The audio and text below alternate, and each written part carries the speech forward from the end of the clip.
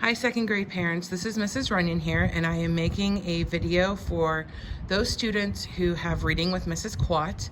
I met with Mrs. Quat this morning, and I think I have some clarification and some answers for those parents who wasn't sure about the spelling homework and the spelling tests and things. So this is the paper that is found in your child's 3-ring binder for Mrs. Quat. Down here are their high frequency words.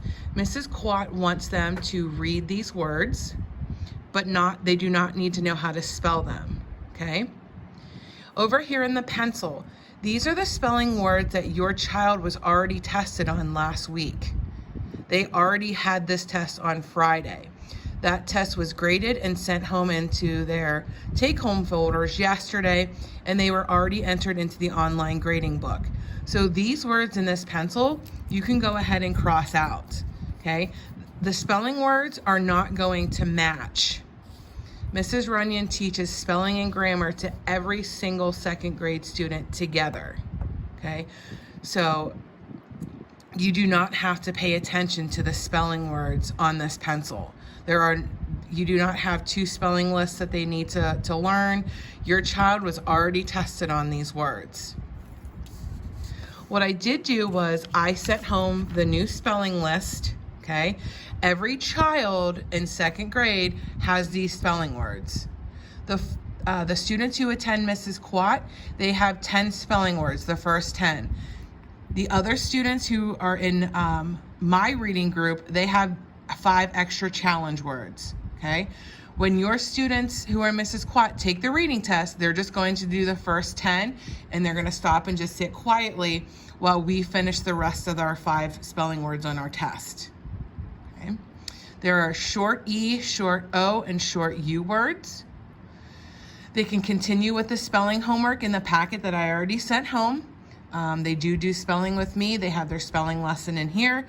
Today we did a spelling lesson all together where we sorted short O, short U, and short E spelling words. We all did it together, okay? Mrs. Quat doesn't do any spelling in her classroom. So these are the words that your child needs to learn, these 10. We will have our spelling test on Friday. If you want to, these are the next high frequency words for the next story that Mrs. Quat will be teaching your child to read, not spell, read. It is entirely up to you if you want to start presenting these words to your child. You do not have to. This just gives you, I guess, an extra advantage to help your little one to start reading these words so they know them, okay? As for down here, this is just review words of short E, O, and U words. Again, we don't do anything in here with them. I'm not quite sure if Mrs. Quat does, so I really wouldn't worry about these words. If you want to practice with them, you can. But the only thing that you need to worry about are these new spelling words.